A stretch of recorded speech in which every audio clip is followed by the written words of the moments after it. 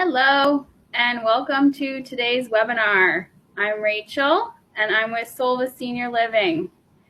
So today is our third webinar of our series. We're delighted to have today's guest, Bruce, from AgeWell Innovation Hub, Ottawa. I'll tell you a little bit about Solva and then we'll go into exactly what AgeWell does. So Solva Senior Living, we've always been about education, and we've created this series to kind of extend that education a little bit further. So what we do at Solva is we help families and seniors navigate senior housing. We provide education, navigation, advocacy, and support, whether it's finding the right retirement home or aging in place. We're a free service for clients, and we maintain, stay unbiased because our advisors are all not paid commission and we're independent. So I want to introduce today's guest. So I have here, I'm going to first introduce AgeWell National Innovation Hub. They're places where industries, community, government, research, and end users can interact and generate new ideas together. The sensory and analytics for monitoring mobility and memory is our local hub here in Ottawa. And this local hub is run by Bruce. So Bruce Wallace is, I'm going to give you a little bit of introduction of who he is. He's the Executive Director of AgeWell SAM3 National Innovation Hub. He is also a research professor and contract instructor at Carleton University. And he's affiliated investigator of Bruyere Research Institute. He has a doctorate in biomedical engineering and 25 years experience in telecommunications. One fun fact about Bruce, his work involved contributions to the first ever use of speech recognition in the telephone network to communicate solutions. So big welcome to Bruce and thanks for being here. Good morning, everybody. So to first start off, I kind of introduced AgeWell Innovation a bit, but can you kind of tell us a little bit more about what AgeWell Innovation is, how the Bruyere, Carleton, and SAM3 are all involved? Okay, so we'll sort of work through that in pieces. So the National Innovation Hub was created in Ottawa by the three entities. So AgeWell itself, which is a national center of excellence that spans across Canada. We'll talk a bit more about it in a minute. Bruyere Continuing Care and the Bruyere Research Institute. We'll spend some more time on that. And then the last partner would be Carleton University, a local university in Ottawa with a significant depth in engineering and expertise. And the focus that we brought together in the hub is how can we bring together that combination of the engineering and the scientific expertise from Carleton with the clinical and the applied expertise from Bruyere. The NCE gave us a national footprint of knowledge and expertise to tap into, but the bigger piece is bringing industry, community, so people from the public that are actually needing these technologies together, because the real challenge on innovation, the focus here is aging in place. How do we allow people to live independently in their own homes longer? The challenge here is actually finding solutions that work for the people, and not for the engineer. And then, so did you want to talk a little bit of a background on the NCE? So AgeWell is a national center of excellence. It's just coming up on its 5th birthday in March of this year, April 1st. And so it was established by the federal NCE program, and it's an innovative project bringing together a pan-Canadian and in some cases international group of researchers that are all focused on the challenges associated with aging, whether that be the engineering first, because that's where I come from, the clinical expertise, the social services, everything associated with, you're going to age in place, all of the pieces need to be together for it to work. And what's beautiful about the NCE is it brings that pan-Canadian, we know who all the experts are across Canada and all of the sub-pieces now, and we're all connected. Yeah, that's awesome. And then the Bruyere. So how is Bruyere all involved in this? So Bruyere, I personally consider Bruyere one of the best kept secrets of hospital care in Ottawa. And the nice thing about Bruyere is, again, from an aging standpoint, it brings together a huge depth of clinical expertise. Whether it's the expertise from St. Vincent that's focused, on many things, but it's got a real deep expertise in rehab and long-term challenging rehab, as one example. The Bruyere Street campus, Elizabeth Bruyere Hospital, as we call it, which has got the cognitive, the Bruyere Memory Program for cognitive challenges, stroke rehab, physical rehab from a hip fracture type things, the Geriatric Day Hospital. So there's this real breadth of expertise in care. And then, of course, we have the Orleans site where Bruyere runs long-term care and assisted living and actually apartments where Bruyere is effectively the landlord. So as an entity and understanding, I'll say, the broad challenges of aging, they cover it all. Yeah, exactly. And we're actually here today at the Bruyere campus in the market. And so you might notice that you might see a kitchen behind us. We're here today, and it kind of looks like a regular apartment, but as I said, we're not hanging out at my house. We're hanging out at the Bruyere. Can you maybe, Bruce, explain a little bit about the research lab at Bruyere and tell me a bit about the apartment and how it's set up here? Yeah, so there we go. So the program that SAM3 runs, I have research space at Carleton, which is where I'll say we keep the ugly engineering, and it's not ready for people to interact with technologies, because we do work with some of that. At the Bruyere Hospital, we have a research lab that actually is a fully furnished. If you really wanted to live in it, it's functional. 1-bedroom apartment. It's a bit noisy because it's in a hospital, but it does exist and we use it. And why do we have it as an apartment? Because we want to have the technologies we're trialing in a real residential setting to understand how they work and operate in a residential setting. We can demonstrate technologies in a residential setting. Our objective is technologies that can be used, and we do trials at people's home. So it's nice to be able to, have somebody come in and say, this is how it'll work, and it looks like their house. And it gives us that real world environment. The other piece about the facility is it's frequently used by the staff of the hospital themselves for patient care, because it has, one simple example, it has a real bathtub. So if they want to do an occupational therapy session with a patient, let's say post-stroke, on how to get over the lip of a home bathtub, we can actually do it for real in this bathtub. Yeah, and someone actually just left a few minutes ago. Mm-hmm. And then, so did you want to explain kind of what the goal is of this lab? Yeah, so to put the context, and I find this is something it's a bit of an eye chart the way the slide is done, but I try to get this done for the perspective of keeping, I'll say, my engineering friends focused, which is, at the end of the day, the focus of anything we are trying to do is the aging adult. They're at the center. But the other group that you need to understand them on the outside is the team of people that support them. And if they're aging in place, allowing them to stay that way. So that can be the clinical side, whether that's personal support workers or home care nursing or their physician team, or the other significant piece is the family and friends, right? And the challenge there is, for somebody who is aging in place, you want them to be active, you want them to be engaged, you want them to be doing stuff, because that's called a healthy lifestyle. But the questions that focus in on it is, are they still able to do that? So when I look at the challenges we're looking at is the person's mobility changing in a negative way? Can we see that early? So that would be mobility assessment.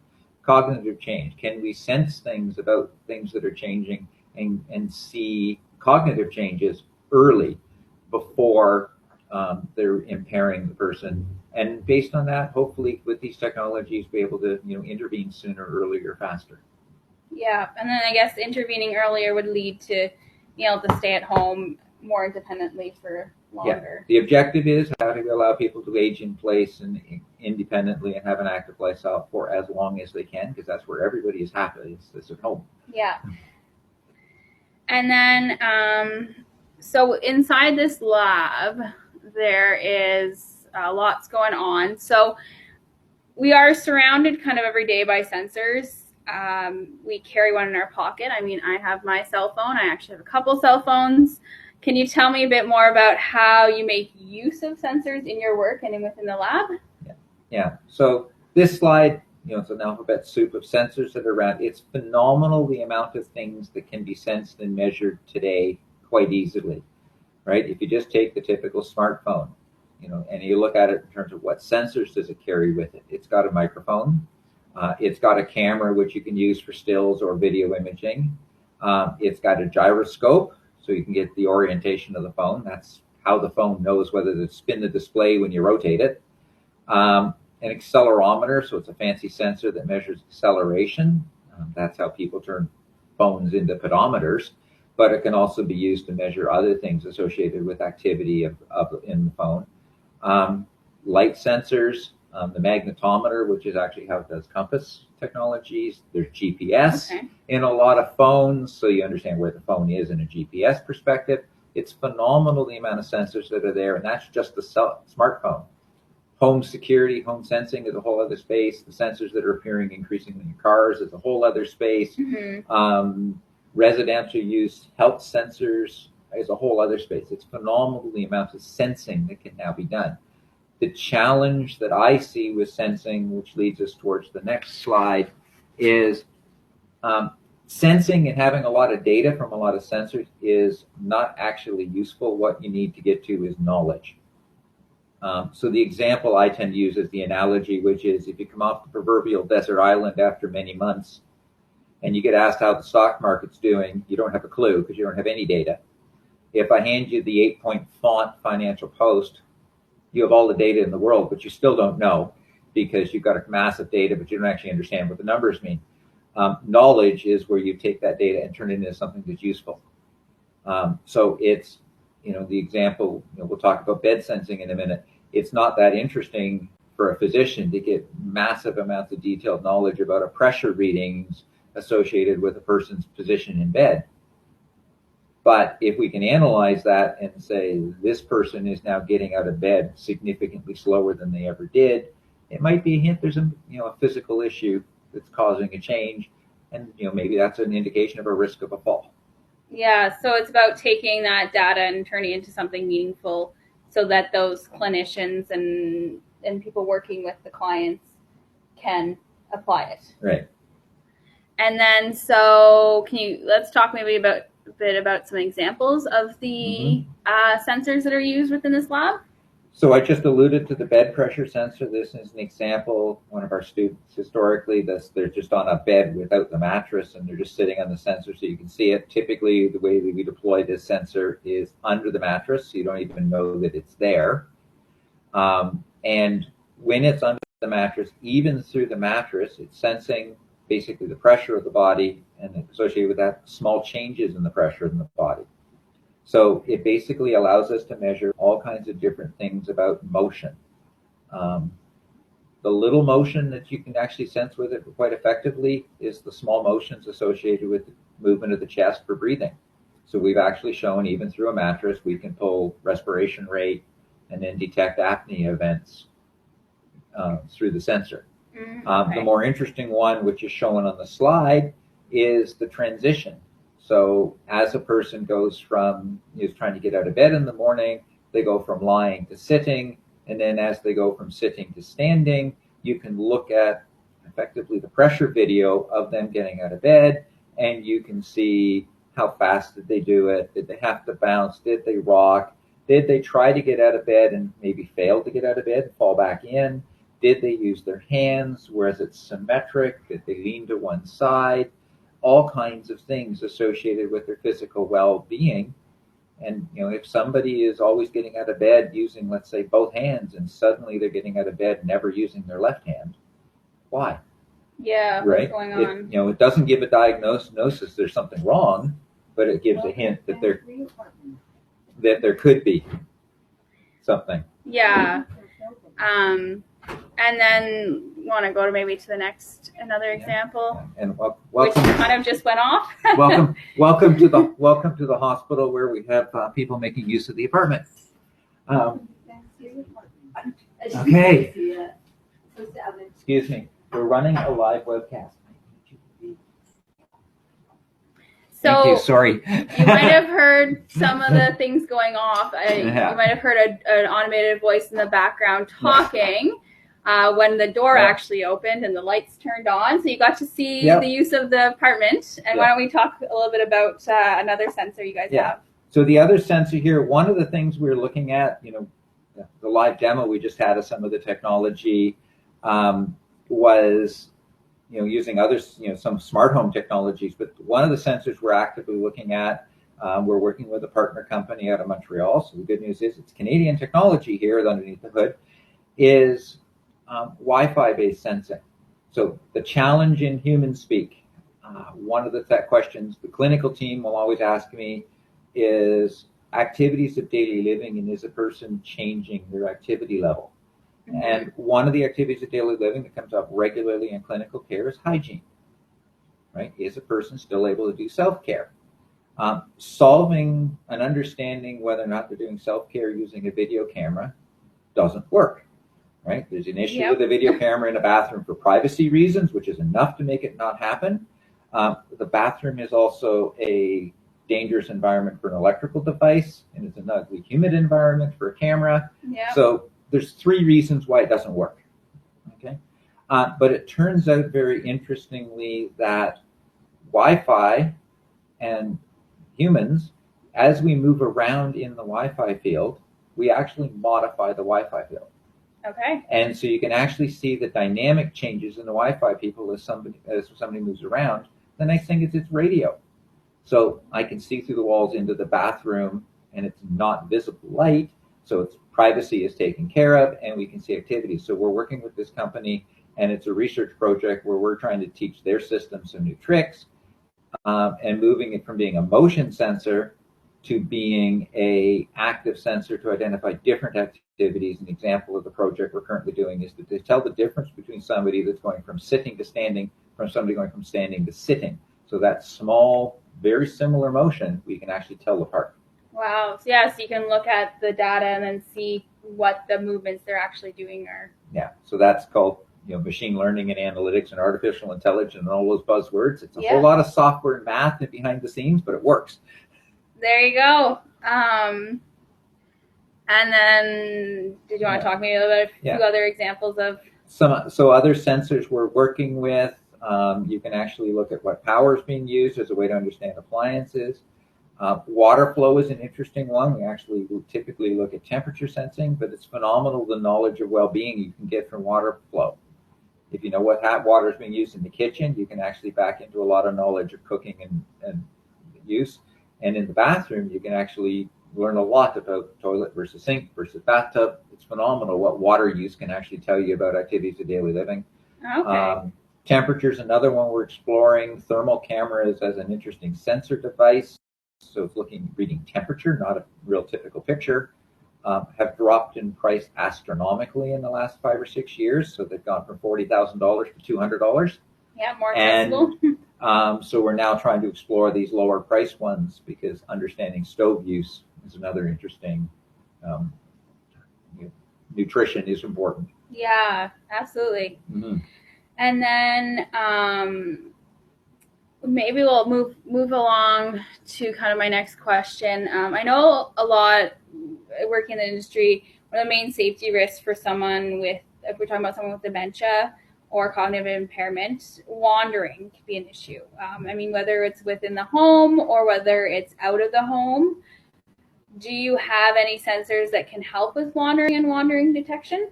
So this is a trial we've pretty much finished. We did it in people's homes. And the key transition shift we took here was, reality is one of the symptoms of dementia as it progresses is, waking up at night and being disoriented for time and space, leading to a potential of somebody not knowing when or where they are, and that causes the wandering to occur. And the issue that we looked at in it was wandering in it itself is a safety issue with the person with dementia, but the more significant issue that most people have not explored at all is, if the person with dementia is living independently, they're typically doing that because there's a caregiver that is taking care of them. Mm-hmm. Typically spouse or a child, right? A parent living with a child, or a spousal couple. And the problem we saw is that a person with, a lot of the systems would detect the person with dementia was up at night, and mm-hmm. the first thing they did was wake the caregiver. Okay. And if you're a caregiver who is not sleeping because you keep getting woken up when your family member gets out of bed, it doesn't take long to become an unfit caregiver, because if you don't sleep, you get ill, you get sick, you wear out, you burn out. Pick the word, it happens, right?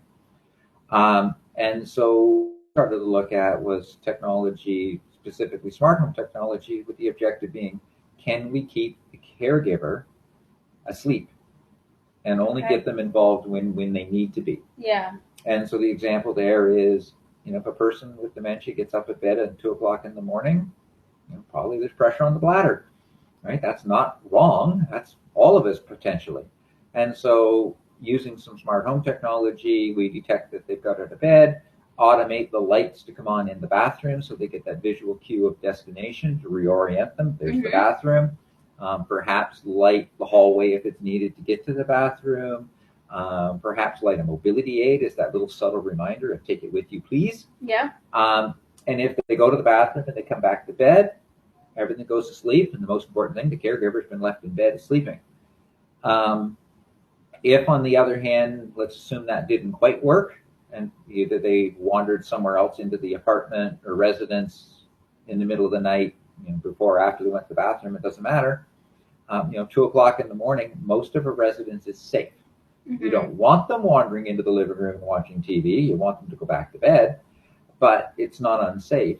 So we actually use audio cueing, typically in the caregiver's voice, to remind the person that it's the middle of the night and it's time to go back to bed. And only if the participant gets to something that's deemed to be unsafe, an exit door, do we actually go back and wake the caregiver. Okay. Right? And so the key objective we've been seeing in the study is, nobody has wandered out of their residence, which is wonderful. But the better data we're seeing out of it is caregivers reporting more sleep, reduced stress, their anxiety measures, all of the appropriate measures moving in the right direction. Yeah, which is really good to Mm-hmm. help that caregiver. I don't know if anyone heard as well when the door opened, it did talk to us. Was that one of those cues? This particular one, I have a sensor set up in the apartment so that when you walk from the hallway into the apartment welcomes you. Because it's my smart apartment, so it should say hi to you. I like it. So with the research you guys have been doing, mm-hmm. so from what I understand is you've gone and tested these sensors in real life settings. Mm-hmm. What have been your preliminary findings so far? So we do, a lot of our work is done on various levels of research projects. So we're working with different companies, partners, or technologies in studies. And so, I'm probably working 10 or 12 different projects always at any given time. So the example we just talked about is the Wandering Project, which is we have done studies in individual residences, and the results have been very, very positive. We're doing some early work now with a potential reapplication of the technology within more care settings. Okay. Which is just starting to get set up. And by care settings, it is like residents. We're working with a couple of care providers in Ottawa who I'm not allowed to name yet. Yep. And looking at them in terms of their assisted facilities or residential care programs. In one case, it's a dementia unit we're working directly with, and in another mm-hmm. case, it's a more general assisted floor. Okay. So we're trying to look at how the technology changes the puzzle there a little bit, because it's no longer a caregiver, family member we're helping out. It's supporting night staff. Yeah. Changes the problem. So we're exploring that one. Other projects we're doing, I have a project we're just getting close to starting into the community where we're looking at home-based vital sign collection, where the standard vital sign sensors are provided, but the interface the person is working with is purely their television. No need to understand a smartphone or an app or a computer or email or any of those things. Yeah. You need the device, a device that measures your pulse rate and your TV remote control. Yeah, that's simple. Mm-hmm. And then, so kind of looking forward at the next year or so, what are some kind of exciting things? I know you just mentioned a few, but some more exciting things that you guys are looking at doing. So that's the one of the next ones. We're doing all kinds of different projects with different models of home sensing. Okay. In terms of various levels of well-being monitoring. So there's 2 or 3 different ongoing projects in that space looking at different, because we're trying to understand what's the right combination of technologies to use for home monitoring, ease of deploy, cost, does it work technically? Yeah. So we've got a couple of different ongoing studies with various different sets of technology.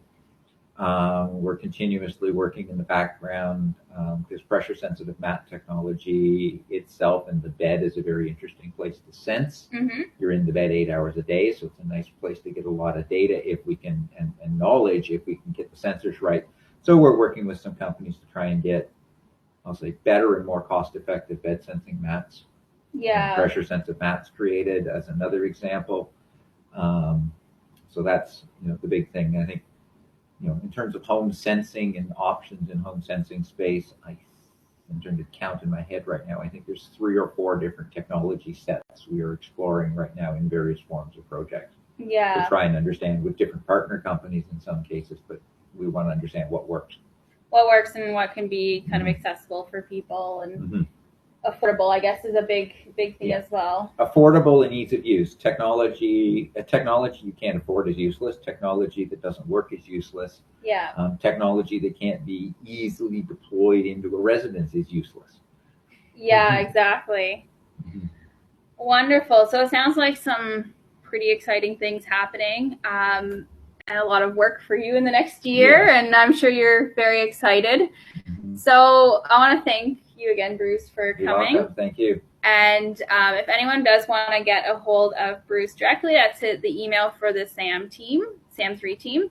As well, we have the website up there to check out more in depth about what they're doing, keep in touch and see kind of what the future holds for them. And is this a lab that people could come and visit potentially, or what's the...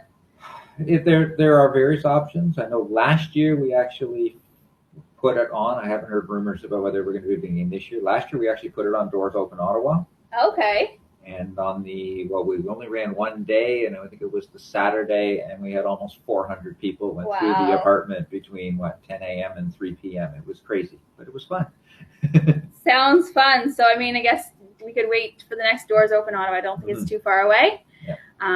But yeah, thanks again. If anyone does have any questions, please feel free to ask them. We have a couple minutes for questions.